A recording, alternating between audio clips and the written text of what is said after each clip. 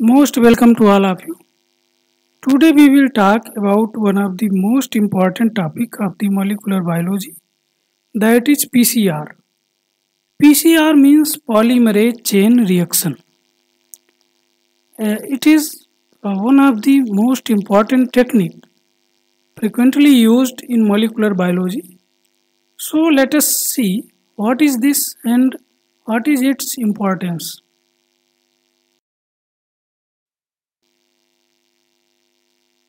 The technique of PCR is given by Carey Mullis in 1985. जो ये PCR की तकनीक है, ये एक अमेरिकन वैज्ञानिक कैरी मुलिस ने 1985 ईस्वी में इसको खोजा था। और जो ये टेक्निक है, PCR is a technique of gene cloning. जो PCR है, ये मुख्य रूप से जीन क्लोनिंग की तकनीक है, अर्थात इसके द्वारा हम किसी जीन की बहुत सारी हूबहू उसकी ही जैसी कापियाँ बनाते हैं। वास्तव में जो जीन क्लोनिंग है, जीन क्लोनिंग का मतलब है कि जीन की सेम कापी तैयार करना, और PCR तकनीक के द्वारा हम एक जीन की बिल्कुल हूबहू वही कापी बड़ी संख्या में प्राप्त करते हैं, और इस क्रिया को जीन मैग्निफिकेशन भी कहते हैं। The process of creating a large number of copy of a particular gene is known as gene magnification. So जो जीन क्लोनिंग है वो पारंपरिक रूप से जेनेटिक इंजीनियरिंग के द्वारा भी ये तैयार की जाती है। तो इसको देखते हैं, जीन क्लोनिंग को थोड़ा समझते हैं। जो जीन एम्प्लीफिकेशन है या जीन क्लोनिंग है, जिसमें हम किसी जीन की बहुत सारी कॉपी तैयार करते हैं, इसका एक तरीका है जेनेटिक इंजीनियरिंग के द्वारा, जिसमें हम जो हमारी जीन है उसको अलग करते हैं, उसको प्राप्त करते हैं, पहले उसको आइसोलेशन करते हैं और फिर इसे किसी सुटेबल होस्ट में इंट्रोड्यूस करा के, यानी रिकॉम्बिनेंट DNA तकनीक के द्वारा उसे हम किसी बैक्टीरिया या सुटेबल होस्ट में डालकर फिर उसका रिप्लिकेशन कराते हैं, और इस तरीके से जीन की बहुत सारी कापियाँ तैयार करते हैं। सामान्य रूप से जो जेनेटिक इंजीनियरिंग के द्वारा जीन क्लोनिंग या जीन एम्प्लीफिकेशन की प्रक्रिया है, यह जीवाणुओं में की जाती है, और इसमें हम जो हमारी वांछित जीन है उसको बैक्टीरिया के DNA के साथ जोड़कर बैक्टीरिया में इंट्रोड्यूस कराते हैं, और जैसे जैसे बैक्टीरिया का जीनोम रिप्लिकेट करता है, हमारी जीन भी उसी के साथ रिप्लिकेट करती है। और चूँकि बैक्टीरिया बहुत जल्दी ग्रो करते हैं, एक बैक्टीरिया फिर उससे 2 बैक्टीरिया, 2 से 4, 4 से 8, इस तरीके से वो संख्या में बढ़ते हैं। तो इस तरीके से जैसे जैसे बैक्टीरिया सेल्स ग्रो करता है, हमारी जीन की कापी भी बढ़ती जाती है। तो पहला एक तरीका जीन क्लोनिंग का वो जेनेटिक इंजीनियरिंग के द्वारा है, जिसमें हम जीन की बहुत सारी प्रतियां प्राप्त करते हैं। यह तकनीक काफ़ी जटिल है और काफ़ी समय लेती है। तो इसके अल्टरनेट के रूप में जो दूसरी तकनीक इजाद की गई वो थी PCR, यानी पॉलीमरेज चेन रिएक्शन। इस विधि में हम आर्टिफिशियल रूप से प्रयोगशाला में, लेबोरेटरी में और एक टेस्ट ट्यूब में जीन की बहुत सारी प्रतियां तैयार करते हैं, बिना किसी होस्ट में उसको इंट्रोड्यूस कराए, यानी कि in vitro we can produce a large number of copy of a particular gene. So PCR is important in this way that we can create a large number of copy of a particular gene in laboratory in a test tube. We need not a suitable host or any organism to replicate our gene. तो इस वजह से भी जो PCR तकनीक है उसमें हम अपने सुविधा के हिसाब से किसी जीन की बहुत सारी प्रतियां तैयार कर सकते हैं, और शायद यही इसके महत्व का सबसे बड़ा कारण है।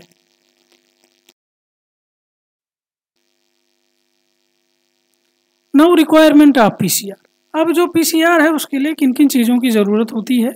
अगर हम किसी जीन को अपनी प्रयोगशाला में और टेस्ट ट्यूब के अंदर या PCR मशीन के द्वारा उसकी बहुत सारी प्रतियां बनाना चाहते हैं, हमारे पास कोई एक जीन है जिसकी लाखों में प्रतियां तैयार करनी है, तो उसके लिए हमें किन किन चीज़ों की ज़रूरत होगी।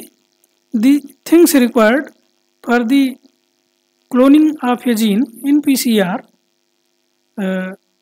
That is first of all is template DNA। जो पहली रिक्वायरमेंट है वो है टेम्पलेट DNA, यानी कि वह जीन जिसकी हमें क्लोनिंग करनी है, जिसकी प्रतियां तैयार करनी है, उसको हम टेम्पलेट DNA कहते हैं। दूसरा है टैग या PFU DNA पॉलीमरेज। ये जो है एक विशेष प्रकार का पॉलीमरेज DNA पॉलीमरेज एंजाइम है जो कि उच्च ताप पर काम करता है।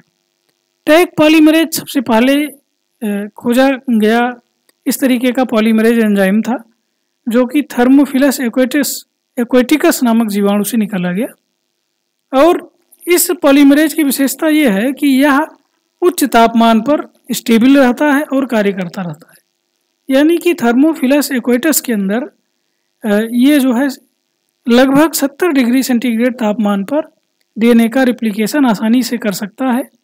जो थर्मोफिलस एक्वेटस बैक्टीरिया है यह गर्म जल के झरनों में पाया जाता है जिसका तापमान लगभग में 40 डिग्री सेंटीग्रेड होता है। तो जो PCR तकनीक है उसके लिए हमें ऐसे एंजाइम की ज़रूरत थी जो उच्च तापमान पर कार्य कर सके, और इसके लिए जो टैग DNA पॉलीमरेज है वो महत्वपूर्ण पॉलीमरेज एंजाइम है। बाद के रिसर्चेज में एक दूसरा इस तरीके का DNA पॉलीमरेज एंजाइम खोजा गया जिसे PFU DNA पॉलीमरेज एंजाइम कहते हैं, और आज के दौर में टैग की जगह PFU का ज़्यादा इस्तेमाल होता है। इसलिए होता है क्योंकि ये जो है टैग की तुलना में ज़्यादा अच्छे से DNA की प्रतियां तैयार करता है, यानी इससे जो DNA की प्रतियां बनती हैं उसमें एरर कम होते हैं और उसमें जो है रिपेयर की ज़रूरत नहीं होती है, यानी कि मोस्ट एक्यूरेट वे में यह रिप्लिकेशन करता है टेम्पलेट DNA का। सो PFU DNA polymerase is better in comparison to tag polymerase because it replicates DNA in very precise manner and there is little chance of DNA error, code error। जो next हमारी ज़रूरत है वो है primer की। जैसा कि हम जानते हैं कि DNA के रिप्लिकेशन में एक प्राइमर की ज़रूरत होती है, क्योंकि DNA पॉलीमरेज किसी DNA छोर पर ही वो न्यूक्लियोटाइड को ऐड करता है, तो उसके लिए हमें एक प्राइमर की ज़रूरत होती है जिसके पीछे ये जो न्यूक्लियोटाइड्स हैं उनको ऐड कर सके और वो चेन बड़ी हो सके। तो जो प्राइमर होता है ये DNA के 15 से 20 न्यूक्लियोटाइड युक्त छोटे टुकड़े होते हैं और जिनके एक सिरे से जो DNA पॉलीमरेज है वो न्यूक्लियोटाइड को जोड़ना शुरू करता है जिससे वह चेन बढ़नी शुरू होती है। तो तीसरी जो हमारी रिक्वायरमेंट है वो है DNA प्राइमर की, और जो चौथी ज़रूरत है वो है डीऑक्सीराइबोन्यूक्लियोटाइड ट्राइफॉस्फेट, यानी कि जो DNA की यूनिट्स हैं जिनके जुड़ने से DNA श्रृंखला तैयार होगी उनकी ज़रूरत होती है।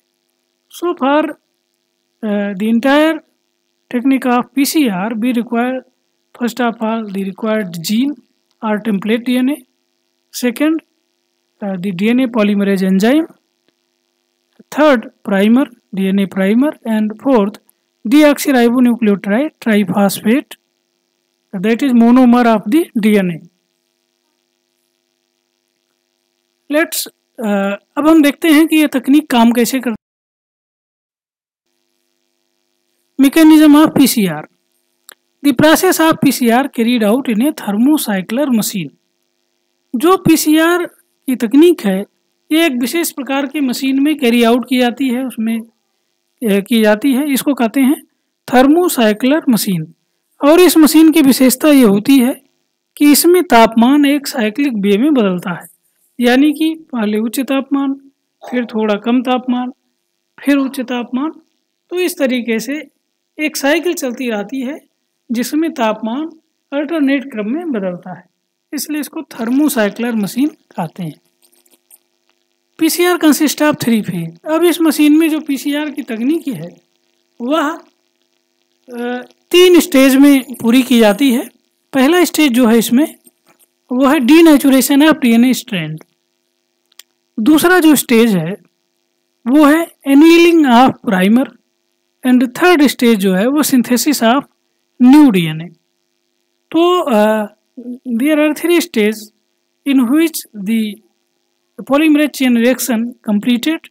First is denaturation of DNA strand at higher temperature. Second, annealing of primer when temperature gradually reduced, and the synthesis of new DNA. So let us see in detail these 3 stages of PCR. अब हम इन जो DNA की ये 3 चरण हैं इनको थोड़ा detail में देखते हैं।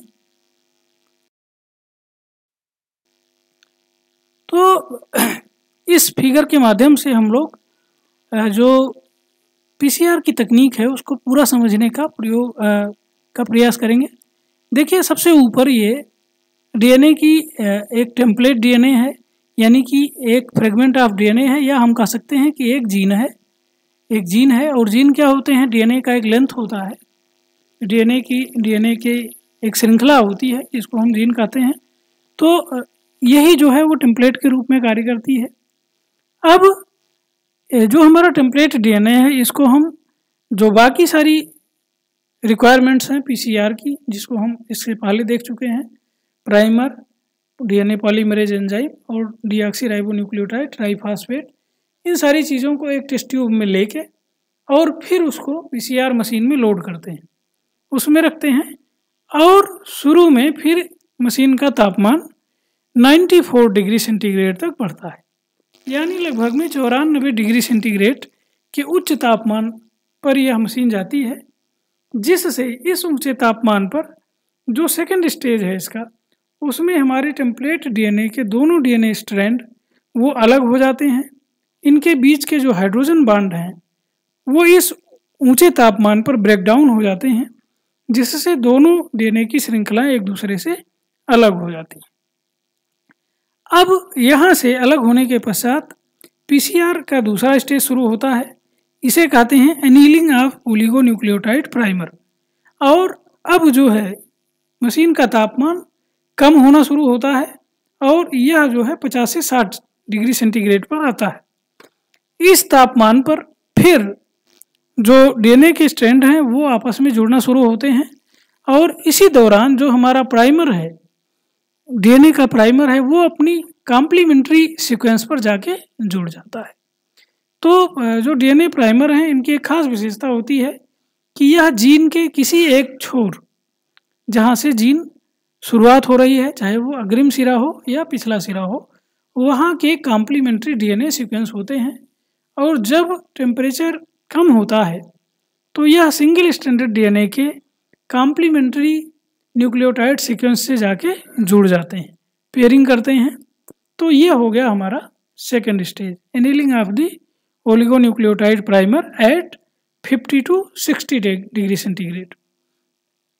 Now third stage of the polymerase chain reaction started, and again the PCR machine increases its temperature up to 74 degree centigrade, and it is the optimum temperature for the activity of tag DNA polymerase enzyme। तो जब primer अपने complementary sequence से जुड़ जाता है second stage में, उसके बाद थर्मोसाइक्लर मशीन जो कि पीसीआर का एक हिस्सा है वो फिर टेम्परेचर को बढ़ाना शुरू करती है, और अब ये टेम्परेचर होता है 74 डिग्री सेंटीग्रेड, यानी 74 डिग्री सेंटीग्रेड। और यह वह तापमान है जिस पर जो हमारा टैग डीएनए पॉलीमरेज एंजाइम है वो काम अच्छी तरीके से काम करता है। तो इस तापमान पर जो DNA primer, DNA single stranded DNA से जुड़े हैं, उनके छोरों पर यह एंजाइम डीऑक्सीराइबोन्यूक्लियोटाइड ट्राइफॉस्फेट मोनोमर जोड़ना शुरू करता है और श्रृंखला बढ़ने लगती है। तो इस तीसरे स्टेज में यानी सिंथेसिस ऑफ न्यू डीएनए में हम देख सकते हैं कि जो डीएनए पॉलीमरेज एंजाइम है वो प्राइमर के 3 प्राइम सिरे पर डीऑक्सीराइबोन्यूक्लियोटाइड को जोड़ना शुरू करता है और जो दोनों स्ट्रैंड हमारी जीन के थे उन पर अलग अलग दिशा में न्यू डीएनए स्ट्रैंड का निर्माण शुरू हो जाता है। और इस तरीके से इस एंजाइम की सहायता से जो हमारे दोनों डीएनए स्ट्रैंड अलग हुए थे उन पर उनके कॉम्प्लीमेंट्री डीएनए स्ट्रैंड बन जाते हैं। तो इस तरीके से पीसीआर की यह एक चेन पूरी हो जाती है। और फिर जो है ये प्रक्रिया दोहराई जाती है और इस तरीके से पीसीआर मशीन में किसी सैंपल को 25 से 30 टाइम्स जो है इस प्रकार से दोहराया जाता है, जिसमें किसी एक जीन की जो है वो लाखों कापियाँ यानी मिलियंस ऑफ कॉपीज उत्पन्न हो जाती हैं। So as we can see in this figure, first of all we have a template DNA and at the initial stage the temperature of the PCR machine increases up to 94 degrees centigrade. At this temperature the hydrogen bond or the template DNA strand gets denatured or destabilized and the two strand separated to each other and the hydrogen bonding between them gets breakdown due to high temperature. So now in the first stage, due to high temperature, we have two single stranded DNA, and now in second stage the temperature again decreases up to 50 to 60 degree centigrade, and now the complementary DNA sequence contained in DNA primer gets joined at the complementary sequence of the template DNA, and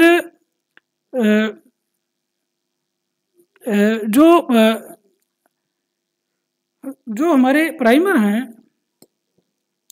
as our primer contain the complementary sequence of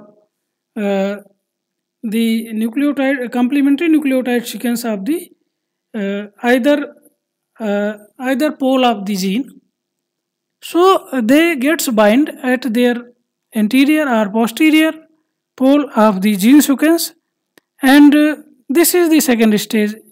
It means it is the annealing of the oligonucleotide primer to its complementary DNA sequence at the template DNA strand.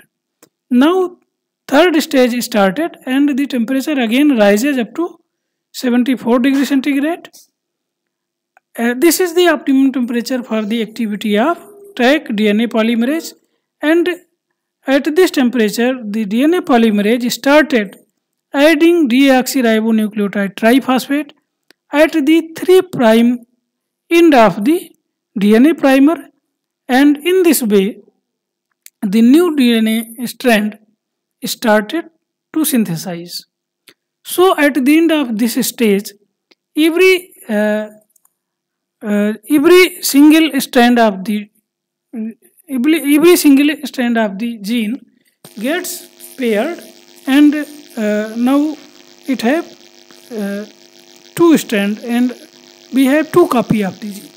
So this is the one cycle of PCR, and in PCR machine we repeats it 25 to 30 times. So in this way we gets millions of the copy from a single copy of the gene. तो इस तरीके से हम किसी gene की एक copy से millions of copy तैयार कर लेते हैं, और यही जो है पीसीआर तकनीक की खास विशेषता है। इसी के द्वारा ये जो है वो इसका इतना महत्व है अलग अलग फील्ड में बायोलॉजी के। तो ये रही जो है पीसीआर तकनीक। अब हम इसका उपयोग देखते हैं, क्या क्या उपयोग है।